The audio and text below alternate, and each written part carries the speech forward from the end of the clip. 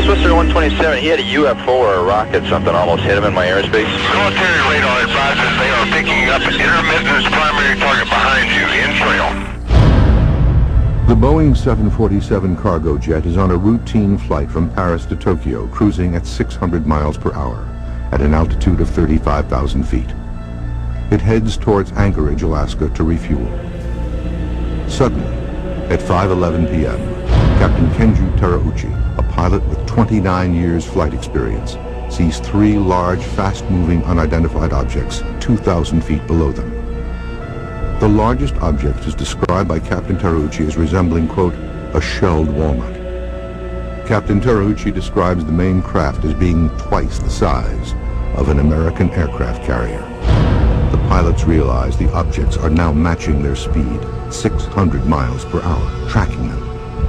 The captain reports that the objects begin, quote, making moves that are impossible for any man-made aircraft to perform. Then, without warning, two of the smaller craft suddenly rise and shoot directly in front of the pilot's window. The objects come so close to the airplane that Captain Terauchi says the intense glow makes his face feel warm. At that very moment, the radio link to Anchorage goes dead, leaving the aircraft flying blind. A horrifying catastrophe is seconds away, but the UFOs rise and veer left. Captain Terauchi says, quote, we had to get away from that object. Spinner 1628, sir, do you still have the traffic? Disappear, Spinner 1628. Spinner 1628, I understand you do not see the traffic any longer? Okay. Moments later, an urgent message comes in from Elmendorf Air Force Base. The unidentified object now appears on their radar. Spinner 1628 Heavy, military radar advises they are picking up an intermittent primary target behind you, in trail, I say again. Immediately after this confirmation, the FAA requests that the Air Force scramble jets. Do you have anybody to scramble up there, or do you want to do that? Oh, we're going to talk to your liaison officer about that. It's starting to concern us, Japan Airlines, taking a 360 now, and it's still falling. Okay, we'll call the military desk on this. Although the military desk took no action, JAL 1628 was able to land safely at Anchorage at 6:20 p.m. Extensive media coverage from around the world helped make this incident one of the most widely reported UFO cases in history.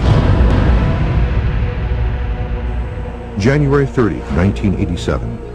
Only 2 months after the JAL report, a similar UFO event takes place in these same Alaskan skies, but this one involves the U.S. military. A U.S. Air Force KC-135 inbound from Elmendorf Air Base in Anchorage to Eielson Air Force Base southeast of Fairbanks reports a chilling UFO-related incident at 20,000 feet. Shooting traffic for us around 1 o'clock. Can't really tell the distance. Seems to be about still altitude. Reactor 29, negative. I have no traffic, and you're 1 o'clock. The pilot reports that the object is strikingly similar to the UFO reported by the JAL flight, a massive, disc-shaped, noiseless object, larger than an aircraft carrier. Seconds later, Anchorage Air Traffic Control asks if the KC-135 still has the object in sight. The pilot replies yes, and says the object is now 40 feet from his aircraft. The recent incident involving JAL Flight 1628 even comes up in their cockpit recording. We're from California, just visiting up here. People see this sort of thing a lot other than the Japan Airline type? Actor 29 is very rare seeing the lights up there. 30 minutes later, the Anchorage control tower passes along a message from the regional FAA office. Actor 29, the quality assurance staff at the Anchorage Center here requests you give them a call after you land at Eielson. That is concerning the object we're looking at? Affirmative, sir.